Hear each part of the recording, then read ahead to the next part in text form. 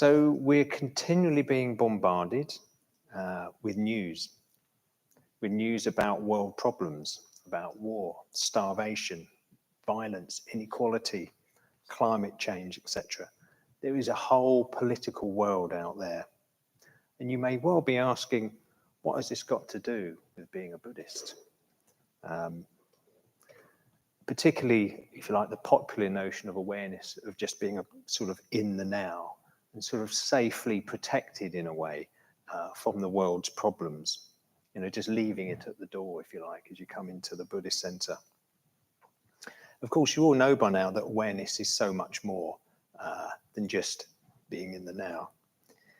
Because the Buddhist life is about deepening and broadening our awareness. And rather than living according to craving and aversion, it's about moving toward entrusting ourselves really to reality, to something higher. And in this current Sangha night theme, we've been exploring living with awareness, the way of the deathless.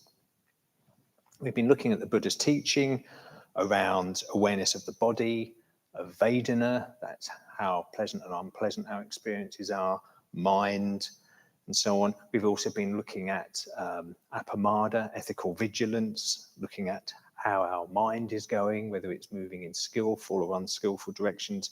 We've also been looking at purpose, the keeping in mind why we practice, indeed why we're here. Now, Sangharakshita has expanded on this by explicitly bringing in to our attention mindfulness of others and also mindfulness of things, of the world, if you like, out there. And we've had recently a couple of talks on that. So last week, Sanghajiva talked about awareness of others, in particular focusing on the practice of gratitude. And the week before that, Vidanya spoke about awareness of things, of the outside world. And he was talking about how he found the outside world, particularly nature, really helped him move outside of his own narrow sort of world of mental chatter. And all this is fantastic, and it really exemplifies the Buddha's teaching on awareness, and also is quite uncontroversial. But looking at world problems is a different matter. And it's a sort of a topic which, to be honest, when I sort of put my hand up to talk about a Buddhist perspective on world problems, it did make me a little bit anxious, to be honest, because it is a topic that, let's face it, triggers us in lots of ways, isn't it? There's all sorts of things about it that we don't like. Because this label, world problems, covers a whole load of difficult, painful stuff that's going on in the world. You know, it includes war and famine. It often reflects violent conflicts that are going on. It can also reflect conflicts that perhaps aren't so violent, but are still very unpleasant, as sort of played out in social media and so on. And also it includes problems that can be contentious. I mean, nuclear disarmament, for Buddhists at least, is fairly straightforward, but there are topics even like climate change or race, identity. All these things are contentious territories in some areas. So in a way, the easiest thing to do as a Buddhist would, as I say, just leave these problems at the door and keep, as they say, politics out of Buddhism. But we're not doing that tonight. So I'm just going to, first of all, talk about a famous incident in the life of the Buddha called the Rohini incident. And this was a dispute that happened in the life of the Buddha. And there's this river, a small river called the Rohini River, that ran between two kingdoms. The kingdom of the Shakyans on one side and the kingdom of the Kolyans on the other side. And they traditionally shared the water of this river to irrigate their lands. And it all worked out pretty amicably over the years. But then one year, the water level was very low, and it was quite evident that there wasn't enough water to irrigate the fields of both these kingdoms. And so the Kolyans suggested that maybe they would take the water first, water their crops, and then intimated that they would then provide food to the Shakyans, out of their sort of goodwill, really. You can imagine the Shakyans weren't too chuffed about this. They didn't trust the Kolyans to actually give them any food, and they certainly didn't want to go begging for food to the Kolyans. So a big, bitter dispute sort of arose. Bitter blows were exchanged. The Kalyans themselves started casting aspersions on the origins of the leading Shakyans, saying that they cohabited with their own sisters like dogs and jackals. While the Shakyans cast aspersions on the leading Kolya family, saying that they were destitute outcasts who lived in the hollows of trees like animals. Insults have changed a bit over the years, haven't they? And this incited each side more and more. These were obviously serious insults in the day. And so basically, they armed, they went forth, and they decided to have battle over this. It really, really stirred up both sides. They probably saw it as sort of life and death stuff. And so the two armies were lined up ready in their finery, in their shields and their swords and everything. And the Buddha arrived. And the Buddha saw what was happening. And you can imagine he was pretty sad. But also, in this particular case, it was very personal to the Buddha as well, because the Shakyans, he was brought up by the Shakyans. His father was the king of the Shakyan tribe. But his mother was a Kalyan. So in a sense, he had kinsmen on both sides. So this was a very, very difficult situation, really quite a scary situation for him. Fortunately, he had respect, and they did put down their swords. And he just asked them a sort of a question. He said, "How much is water worth?" And they said, "Very little." And then he said, "Well, how much are warriors worth beyond price?" And then he said, "Well, then why are you fighting? Why are you fighting?" So this is a good example of how the Buddha brought, if you like, sanity and compassion to a situation, really potentially a very, very violent situation. So what's the relevance to today? It obviously has familiar resonances, disputes over resources, vilifying the other side, a willingness to use violence to impose your interests, your values, your will on others. We can think of conflicts today that very much have those resonances. Of course, it was simpler back in the Buddha's day, still as violent, I think I would say, but still very different. In those days, it was much more personal. The Buddha knew the individuals involved, could connect with them, could communicate with them. Modern conflicts tend to be more complicated. They're often impersonal. Modern methods of warfare often involve a lot of people who are nowhere near the actual theatre of war. And obviously the weapons of today have absolutely terrible, potentially disastrous consequences. But also in the Buddha's day, what was interesting is that there would be all sorts of conflicts going on around the world, but you probably only knew about the conflicts in your immediate sort of location. So apparently, Cyrus the Great captured Babylon and founded the Persian Empire during the life of the Buddha. He probably had no idea that happened. I mean, why would he? And I'm sure Cyrus the Great had no idea about this potential battle between the Shakyans and the Kalyans. You know, there wasn't that sort of communication. But contrast that with today. We have 24-hour news. We literally have live feeds. I mean, when I was brought up in the 70s and 80s, you had newspapers and the 6 o'clock news. I mean, that still seemed pretty, pretty immediate. But live feeds, I mean, it's astonishing, isn't it, what we have these days? And that so much of that news is negative. That's the thing, we're being fed a lot of negative news about conflicts all around the world in a way that people weren't back in the day. And this can have a very, very powerful emotional impact on us. The other interesting sort of development is the breakdown of this notion of objective truth. And you see flagrant untruths being touted by politicians. People use terms like post-truth, fake news. All these sorts of terms are becoming, part of our language. But once upon a time, it may be, looking through rose-tinted spectacles, but there did seem to be a bit more respect for things like science and the role of experts. Whereas today, there seems to be more a sense that people believe what they want to believe. They have their own sense of truth. And social media particularly confirms our selective views, and in particular polarizes opinion within society.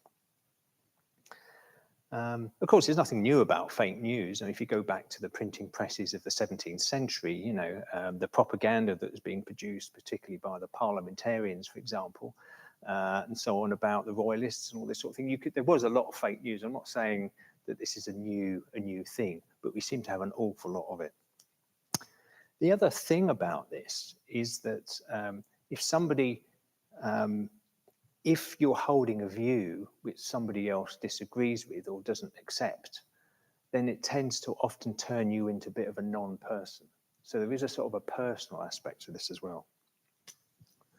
So, okay, we've got all this. We know the world problems out there. How do we respond to world problems? So what I'd like you to do now is just for 1 minute, reflect on your own about a world problem, okay?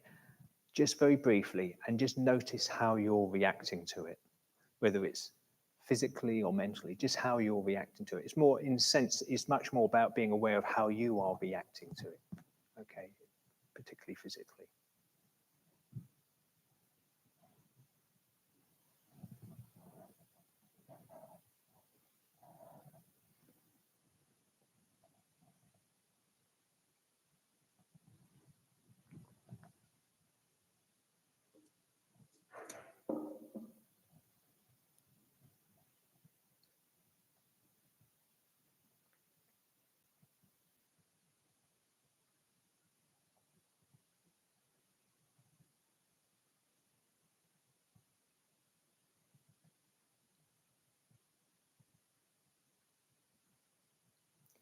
Okay, thank you very much for doing that. Not necessarily pleasant. What I'd now like you to do is to pair up, and just for 1 minute each, just reflect to the other person. You can just say in one very short sentence what the problem was, the world problem, and how you found yourself reacting to that. Okay, you just pair and share. Just for, I'll let you know when the minute's up so you can swap sides.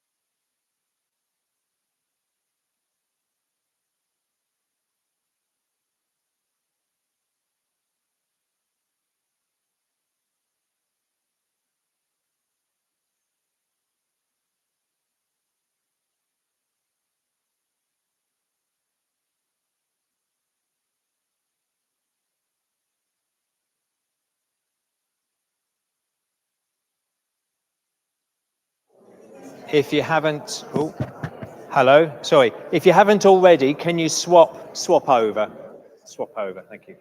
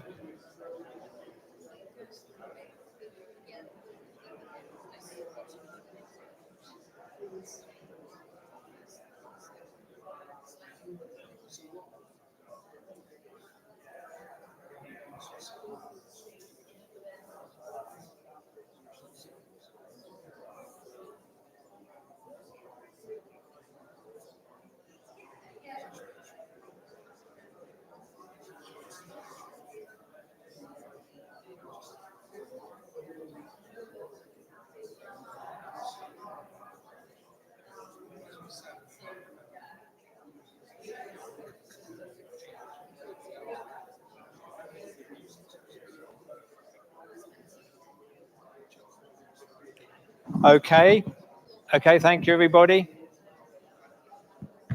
Okay, I can have your attention, please. Thank you. Well, at least in the pairing up, I could see some smiles and things, which was good. I was a bit worried after the 1 minute reflection. Great. So obviously what we're trying to do here is to bring awareness and kindness to our responses about world problems. And this can be a real working ground for us. So for example, we can notice things like when we're thinking about world problems, this can cause unpleasant Vedana, unpleasant sensations. And that's completely normal. That's completely normal. That is what you would expect in lots of ways. But also, of course, we begin to notice our mind and whether our mind is moving towards more open, expansive area, or is probably more likely to a more contracted, sort of unskillful state of mind.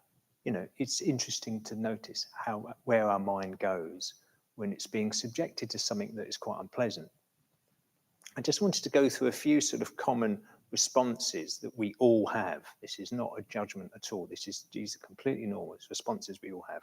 So one is just horrified anxiety, just overwhelm, you know, in the face of the horrors and the suffering, you know, and this can be in response to when we see the violence of war, or it can even be social media encounters that can cause this sort of anxiety. And there's lots of evidence of that, particularly amongst younger people these days. And it can be very, very physical. It can be a very, very visceral, very, very physical response. Secondly, and this is one of my old friends, indignation, moral outrage, anger. You know, who do these people think they are? They don't understand. They're evil. They're terrible, etc., etc. This sort of starting to develop this sort of us-them sort of dichotomy. And in terms of sati, in terms of noticing your experience, again, you can see this contraction, this tightening associated with unpleasant Vedana, mental proliferation, which often fuels more negative Vedana. Again, we all do it. And then another one is helplessness. You can just say, well, this is all too much. It's too big. It just makes me feel uncomfortable. It's unpleasant to think about, so I'm just not going to think about it. There's nothing I can do. I'll just ignore it, just get on with my life. And I have to say, this approach has a lot of appeal. When I was on my ordination retreat, coming up to 3 years ago, it was 11 weeks, and you handed in your phone at the start, and you didn't get it back until the end. And throughout those 11 weeks, we knew nothing about what was going on in the outside world. We had no news, no way of, you know, finding out at all. There was a support team who sort of were kind of keeping an eye on things, I suppose, but we didn't know anything. And it was blissful. Honestly, it's absolutely blissful. I didn't think about what was going on in the world. It just didn't bother me, honestly. It was just wonderful, wonderful. And I think doing that is really, really helpful, really positive, an important thing to do, because it just helps you to realize how much of suffering is actually caused by our own proliferation, you know, of what's going on. So it is a very, very helpful, useful thing to do, and I recommend it to anybody. But this is not the same as permanently cutting yourself off from the rest of humanity.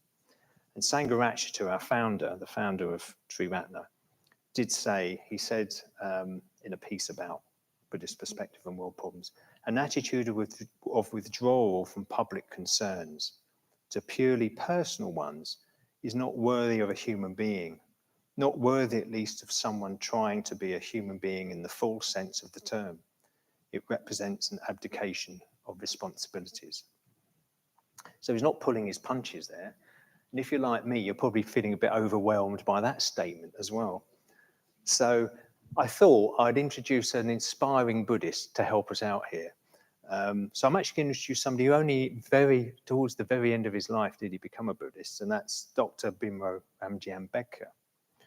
And Dr. Ambedkar is a very well-known and much-loved figure here in Sheffield, but also throughout Triratna and in India. So for those of you who don't know, Dr. Ambedkar was born in India in 1891. And he was born into an untouchable family, sometimes known as Dalits, untouchables. These are the untouchable. They were caste less. They're sort of at the bottom of the social sort of structure. And they experienced tremendous levels of prejudice, of segregation, even beyond what was being experienced in the southern states of America in the past. So it was awful. And he does recount many of his really, really unpleasant experiences, really, really horrible experiences.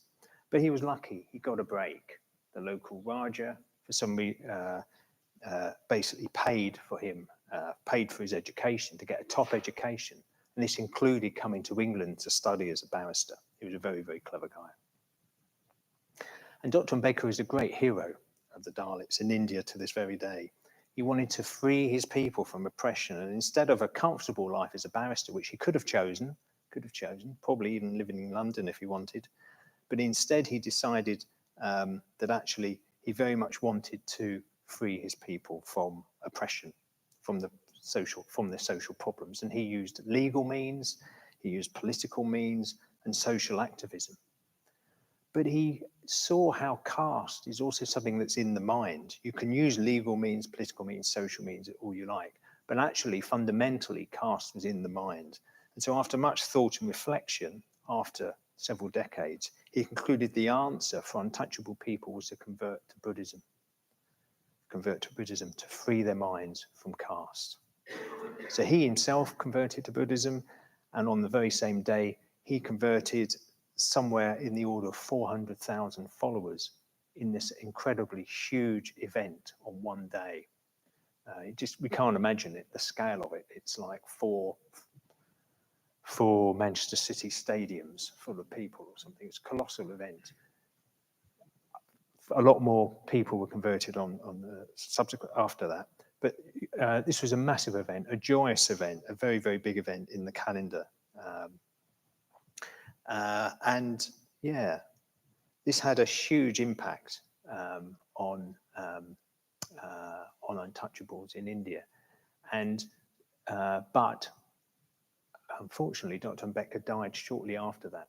But his work was carried on by a number of people, including Sangharakshita, who gave a lot of talks to the recent converts to help them really to understand, in a sense, what being a Buddhist was. And there's a lot written about that. And subsequently, in the 1970s and 80s, an Indian arm of the order, the Tibetan order, was established in India. And now it represents a third of all order members. So a big, big thing. And here in Sheffield, we'll be celebrating the life of Dr. Ambedkar on Sunday, the 20th of April. You're very welcome to come to that. I was going to say about one other figure, I won't say much, but I just wanted to mention a figure who is well known to many people, is Thich Nhat Hanh, who was a Buddhist monk in Vietnam during the war in Vietnam. And it's quite evident that he stood up to authorities on both sides, both the north and the south of Vietnam during the war, and which was a pretty brave thing to do. I mean, it's a very, very savage, horrendous war. Many, many people were killed. And what he said somewhat plaintively was that he found that his voice of reason, if you like, of reason and compassion, couldn't be heard over the gunfires and the bombs. So there are many Buddhists who have engaged and are very, very inspiring. But you might be thinking, well, I'm not one of these big international figures. What can I actually do? So there are many sort of obvious things, if you like, and Sangharakshita mentioned some of them in relation to nuclear disarmament. We live in a democracy. We can vote. We can do all sorts of civic things. Rather quaintly, he talked about writing letters to your MP. I don't know whether people still do that. But anyway, however you can communicate, you can try and influence things that way. There's non-violent protest, such as the great nuclear disarmament demonstrations of the 1980s, which were huge events. Even civil disobedience, assuming non-violent. But obviously, you're beginning to get into territory where you've got to be wary of your motives and the impacts that you're having. Another area, actually interesting area, is vigils. Sangharakshita mentioned vigils, and this actually helped me cast my mind back to 1982 when I was a student at Exeter University. I actually organised, I'd long forgotten about this, organised a vigil against the Falklands War in the cathedral with the local Quakers, which was really interesting because my left-wing friends thought it was a complete and utter waste of time. and it didn't stop the Falklands War. But there was something about actually making a protest, really, even if it is in a very quiet way. But there are many other creative ways, I'm sure, you can think about, in a way, engaging and trying to bring about change and trying to address the world's problems. But there are warnings, there are health warnings around this, because it can all too easily just become about engagement, about activism. Again, I want to start my own example. Back in the 1970s, I'm really going back here, when I was 15, I bought a copy of the Communist Manifesto. Okay. Now you might think, well, you know, if I'd been brought up in East Germany, there wouldn't have been anything remotely strange about that in that time. But in Coulsdon, in a suburb of South London, which was both conservative with a big C and a little c, it was a bit weird, really. I don't know what I was trying to achieve there, really. Whether I, you know, sort of do the opposite, shock my friends may have been the best thing. I'm not quite sure. But in those days, when I was young, I did enjoy a good argument, a political argument in those days. I was a bit of a firebrand, you know, I was very much bring it on, come on, you know, I'll argue to the ends of the earth. I have to say I calmed down very quickly with age. And my activism included joining the Labour Party in South Tottenham in the 1980s. I was even the treasurer very briefly. I helped sabotage 2 hunts, okay? This is when hunting was still legal. I collected money for the miners using a bucket outside tube stations in London. A lot of Londoners who walked past have some of them didn't even know there was a strike. This was in the 1980s. It was astonishing, wasn't it? So I did all these things. I participated in these huge C&D demonstrations as well for nuclear disarmament. I have to say, I was a bit half-hearted in some of this. My idealism was fading. And also I began to realise something. I particularly noticed it in my Labour Party experience of this whole thing about conforming to the party line. How important it was, you know, how very quickly you found yourself getting attacked for whatever view you held seemed to be. You could be ostracised, you know, all sorts of things could happen. So yeah, engagement, it's an interesting thing to do, and many people do it a lot more than I've done it. And there are plenty of people who engage in politics, plenty of people who engage in the world problems out there. So there is a bit of a question about, should we as Buddhists participate? And if so, what do we add? What can we add? So yeah, the question about should we participate? Sangharakshita talks about this idea of being an individual. He's very, very strong on the importance of being an individual. And what he's talking about here is not being individualistic. It's not just doing things the way you want to do and, you know, everybody else could go hang. That's not what it's about. But rather it means living in a way that is principled, living in a way in which you are living the path, really, seeking to develop in the path of the Buddha. So it's something which is very, very strong, and it's something which means you are able to be independent in a way of the group, because the group will be seeking to get you to conform to the group's values, the group's views.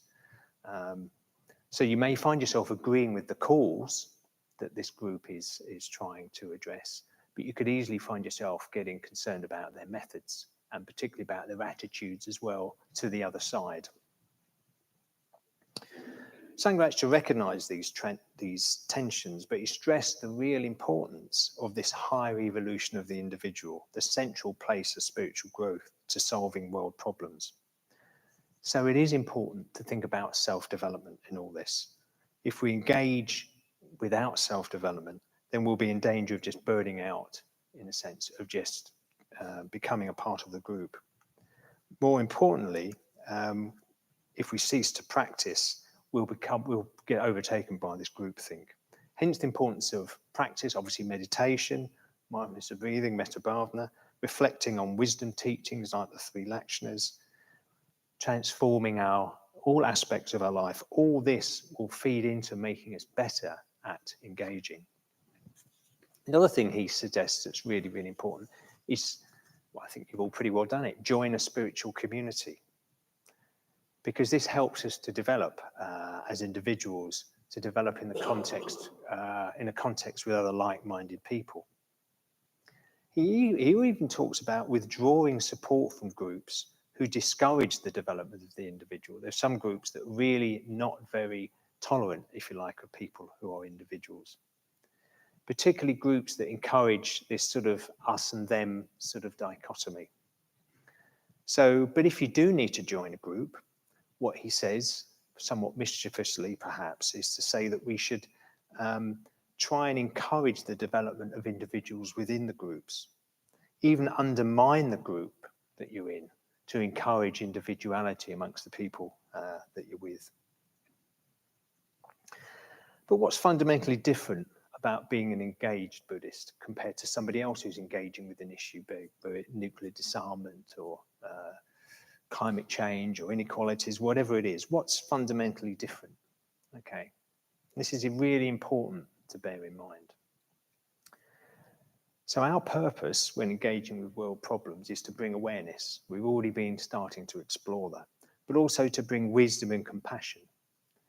And I think this is really, really central, bringing wisdom to compassion to ourselves, to our own reactions, our own responses, and of course to other people. This is the sort of the heart, really, of the Buddhist practice and what should stand us out from other people involved in whatever cause, whatever we're taken up with. Because the Buddha brought wisdom and compassion to the Rohini incident. Dr. Ambedkar, Thich Nhat Hanh, they brought these qualities to their context.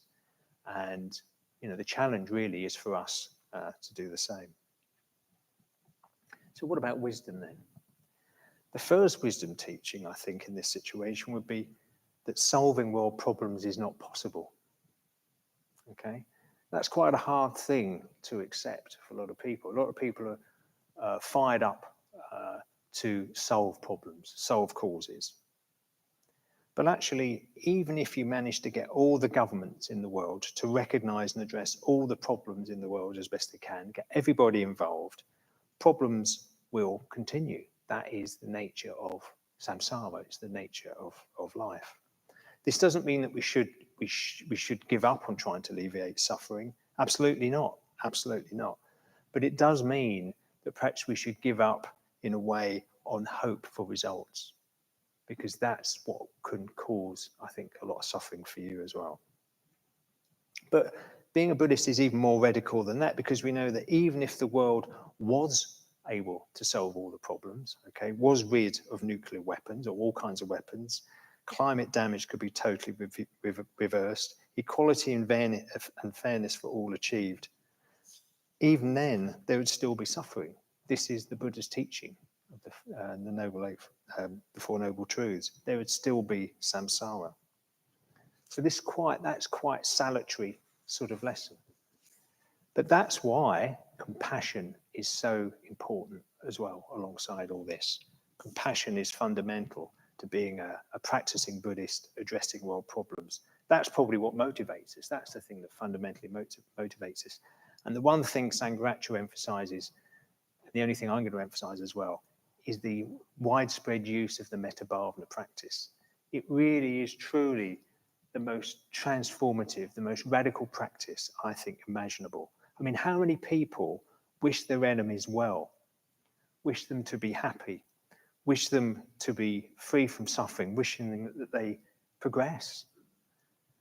You know, it's extraordinary. It's extraordinary. I don't think anybody else does that, you know, certainly not in any organizations I've been involved in. And it helps us to undo the divisions that are so easily created. It helps us to develop bonds and a sense of solidarity with beings, because there's a reason why people are doing the things that we think is causing the problems. Then these things aren't just random. Something Vajratara once said was that the metta-bhavana is our secret nuclear weapon, okay? And we should employ it wherever we can. We shouldn't hold back from pushing the button. If we could, just imagine if we could get thousands, hundreds of thousands, even millions of people regularly doing this practice, just imagine the impact that that could have. It could be extraordinary. It would be extraordinary. And lastly, as a Buddhist, we can set an example. You know, we can be an example of sanity and compassion in the world. The fourth sight. In a sense, this is the thing I've become aware of, particularly since I've got a caser, is that actually when I'm out in the world, people know I'm a Buddhist. So it actually really matters how I behave, how I respond. You know, I am being watched, if you like, for how a Buddhist responds in certain situations. I have to say I do fail. I don't always succeed. But there is that sort of sense that actually there's something really important about that. So when we're in demonstrations or we're on the picket line or whatever it is, you know, there is a degree to which it's really important how we go about things. Yeah. So what is going on here? Well, obviously as Buddhists, we're trying to live by the Bodhisattva ideal. We're not just trying to be good humanists, not that there's anything wrong with that. We are Buddhists, we're practicing for the benefit of all. We're bringing wisdom and compassion. As Bodhisattvas seeking enlightenment for the benefit of all beings. This is really at the core of our collective practice. And we have the Dharma, we have the teaching of the Buddha. So the last thing I wanted to talk about was engagement as a working ground. Because actually, in a sense, we can see engagement as a bit negative. You know, it can be, you know, all these problems, all these challenges that come with it. But actually, it's a very interesting working ground for self-development, for getting to know yourself better, for testing your spiritual muscle, for developing skillful ways of handling people that you find difficult. This is all really important working ground. So, for example, one of the things, of course, we find is that people won't always agree with us. And that's really, really frustrating, isn't it? You know, they might, not just people on the other side don't agree with us, even people on our own side don't agree with us. We've all been there. Yeah. And you're going to, you know, when you thought a world problem, you know, but this is actually really important working ground to work with people, even if you're finding them difficult.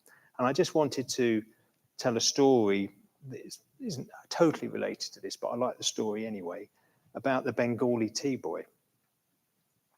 And the story goes something like this. There was a great Buddhist meditation teacher named Atisha who was traveling to Tibet to meet with the people there. He heard that in general, the people of Tibet were all very good-natured, open-minded and flexible.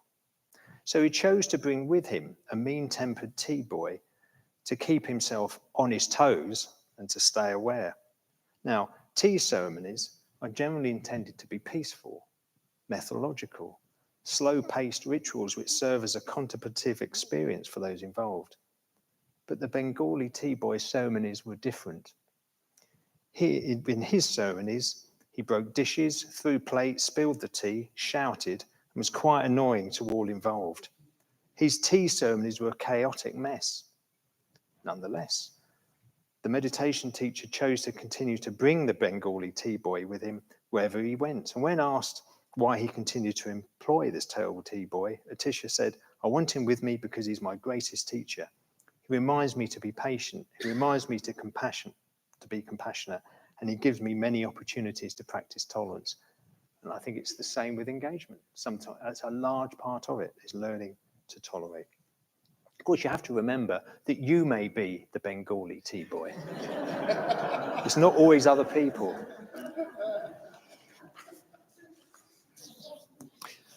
Views. We all have views about the way the world should be. And we often hold these views really, really tightly. Indeed, we see them as extensions of ourselves. And we are, in effect, very often, when we're defending views, defending ourselves. We invest so much in these views. It's more important to defend a view than it is to defend our very own body. Views are very, very powerful things. And as Buddhists, we're being invited to hold views a bit more lightly, to see them slightly more in context, to understand where they're coming from. Yeah, and this can be difficult, can be challenging, can challenge our sense of who we are. But this is why I think it's very important to bring curiosity and a bit of wisdom. Where are our views coming from? What's their basis? Why am I holding on to this view so strongly, so passionately? You could even ask the question about other people. Why are they holding this view? Why are they holding it so passionately? You could well find that it's very similar to you, actually. It's not that far away from why you're holding on to your view. They may seem diametrically opposite, but they could be coming from a similar place. So that sort of curiosity when it comes to views is really important. Then lastly, it's fear. Fear is a big thing here. Our response to world problems comes from fear. We feel out of control, we feel threatened. And this is a difficult place to be. There's no doubt about it. Sometimes it's a very difficult place. Standing up to groups, standing up to others is very difficult. Standing up to nationalism in some places, it's a scary place. So having bravery, being fearless is a really important quality in this area. And I just briefly want to mention Green Tara as a bodhisattva figure who's associated with fearlessness and spontaneous action.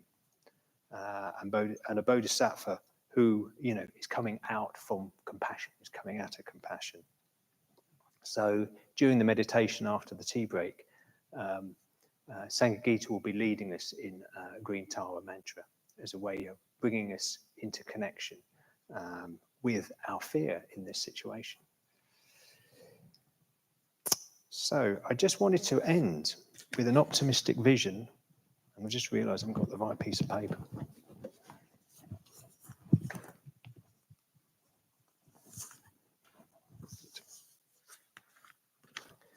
Yeah, I just wanted to end with something Sangharakshita said, something which I found quite inspiring. It's quite interesting, it's quite almost out there, but it's suggesting a way, I think, in which we can practice in all this.